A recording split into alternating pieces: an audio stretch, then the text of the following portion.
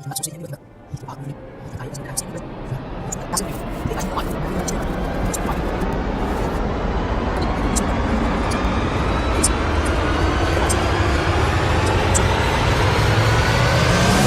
बेटा, तुम दोनों को पता नहीं, यहाँ रात को घर से बाहर निकलना खतरे से खाली नहीं है। तुम लोग शहर में रहते हो, तुम लोग शायद इस बात का यकीन नहीं करोगे, पर यहाँ रात को बहुत सारे छलावे घूमते हैं। कभी कभी हमारी ज़िंदगी में कुछ ऐसी घटनाएं घट जाती हैं जिनको हम चाह के भी नहीं भुला सकते। कुछ ऐसा ही घटना मेरे साथ घटी थी। वो भयानक मंजर आज भी जब मैं याद करता हूँ तो मेरी रूह कांप उठती है। मेरा नाम साहिल है और मैं अभी 30 साल का हूँ। यह घटना मेरे साथ 7 साल पहले घटी थी, जब मैं 23 साल का था। याद है मुझे, तब नवंबर का महीना चल रहा था और कड़कड़ाती हुई ठंड थी। मैं अपने दोस्त दीपक के साथ अपने मामा जी के घर गया हुआ था। मामा जी जिस गांव में रहते थे, मुश्किल से उस गांव में 50 के करीब मकान होंगे। पर मेरे दोस्त दीपक को गांव देखने का बड़ा शौक़ था, इसीलिए मैं उसको लेकर अपने मामा के घर गया। मामी जी हमें देखकर बड़ी खुश हो गई थी और यूं ही मामा जी के यहाँ 5 दिन बीत गए थे। मामा जी खेतीबाड़ी के काम करते थे। रात को जंगली जानवर कहीं खेत में घुस के फसल खराब ना कर दें, इसीलिए मामा जी हर रात को खेत में ही सो जाया करते थे। पर एक दिन मामा जी की तबीयत अचानक से बहुत बिगड़ गया। उनको बहुत तेज़ बुखार आ गया था। मामा और मामी जी बहुत परेशान हो गए थे, क्योंकि बुखार होने के कारण मामा जी अब रात को खेत के देखभाली नहीं कर सकते थे। इसीलिए मैंने मामा जी को बोला, मामा जी आप क्यों चिंता कर रहे हैं? जब तक आपकी तबीयत खराब है हम दोनों खेत की देखभाली कर लेंगे ना। जी मामा जी, आपको चिंता करने की कोई ज़रूरत नहीं, साहिल और मैं सबको संभाल लेंगे।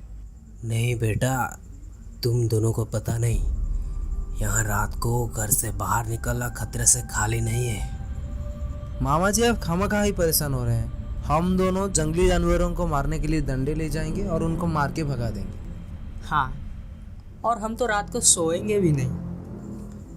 दरअसल बेटा, जो तुम समझ रहे हो वो बात नहीं है। फिर क्या बात है मामा जी?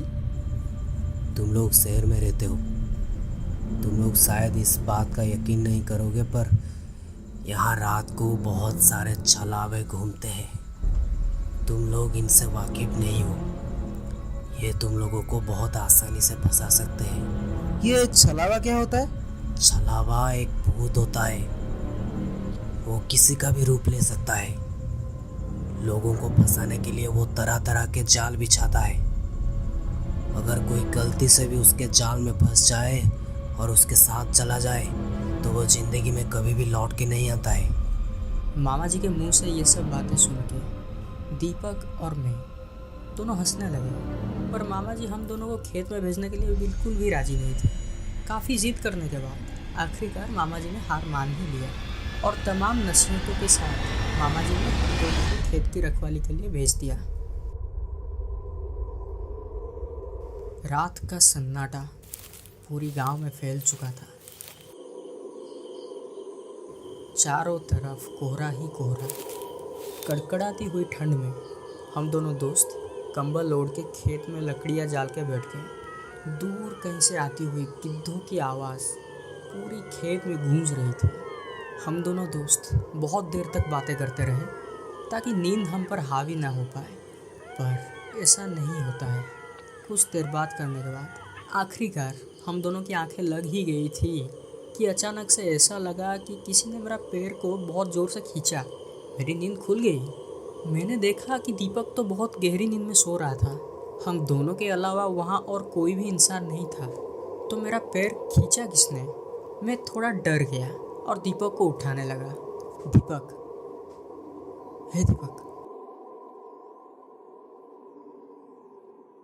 अरे क्या हुआ यार, अभी अभी तो नींद आई थी, क्यों उठा रहा है भाई? यार जब मैं सो रहा था तो किसी ने मेरा पैर बहुत ज़ोर से खींचा। मुझे लगा कि तू है, पर तू तो सो रहा था। तू पागल है क्या? मैं तेरा पैर क्यों खींचूंगा?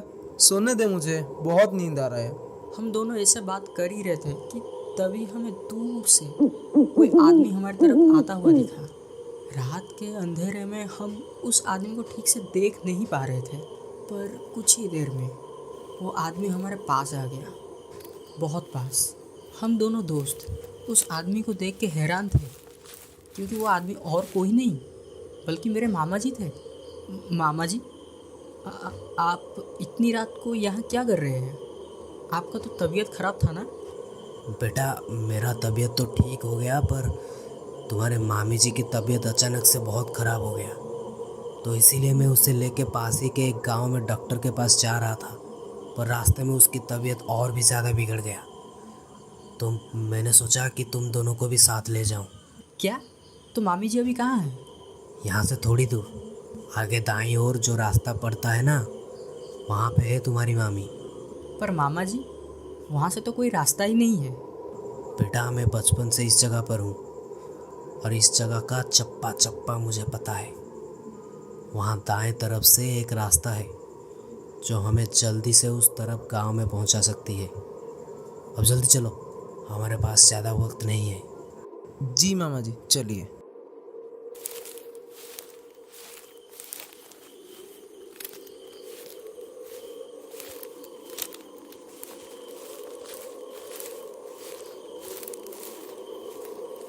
दीपक, दीपक, रुक जा, आगे मत जा। क्यों? क्या हुआ? मुझे लगता है कि ये मामा जी नहीं है। क्या मतलब मामा जी नहीं है? अरे, तुझे याद है मामा जी ने हमें खेत में आने से पहले क्या बोला था? कि यहाँ बहुत सारे छलावे रहते हैं जो रूप बदल के इंसान को फंसा के मारते हैं। तो तू ये कह रहा है ये तेरे मामा जी नहीं, कोई छलावा है? हाँ। तू पागल है? एक तो तेरी मामी की तबीयत खराब है, ऊपर से तू ये सब फालतू की बातें कर रहा है। चल चलते हैं। अपनी दोस्त की बात सुनकर मैं खामोश हो गया, मगर कुछ दूर चलने के बाद रास्ते में पड़ा एक बड़ा सा तालाब। मामा जी चलते चलते उस तालाब के पास जाके रुक गए। चारों तरफ घना अंधेरा था और सामने एक बड़ा सा तालाब जो रात के अंधेरे में बड़ा खौफनाक लग रहा था। मामा जी उस तालाब के पास रुक के हमारे तरफ मुड़े और वो हम दोनों को एक अजीब सी नज़र से देख रहे थे। उनका देखने का तरीका बहुत भयानक था। उनका देखने का तरीका मेरे मामा जैसा तो बिल्कुल भी नहीं था। दीपक मामा जी के बिल्कुल करीब था और मैं उन दोनों से थोड़ी सी दूरी में था। कहाँ है मामी जी? यहाँ तो कोई भी दिखाई नहीं दे रहा है। दीपक की बात सुन के मामा जी बहुत ज़ोर ज़ोर से हंसने लगे और उनका चेहरा धीरे धीरे बदलने लगा। उनके आँखों का रंग एकदम से सफ़ेद हो गया था। देखते ही देखते उस छलावा ने मेरे दोस्त के गर्दन को पकड़ के ऊपर कर दिया। दीपक को कुछ सोचने या समझने की मौका ही नहीं मिला और कुछ ही देर में दीपक की मौत हो गई। उस छलावे ने दीपक के लाश को उस तालाब में फेंक दिया। अब वो मेरी ओर बढ़ रहा था। मैं जितनी तेज़ हो सके उतनी तेज़ वहाँ से भागने लगा। वो छलावा मेरे पीछे भाग रहा था, पर मेरी तकदीर अच्छी थी। इससे पहले कि वो मुझे पकड़ पाता मैं गांव में पहुँच गया था और मेरे चिल्लाने के कारण गांव वाले भी जाग गए थे। मैंने उन्हें सारी बात बता दी। अगली सुबह उस तालाब से हमने दीपक के लाश को निकाला।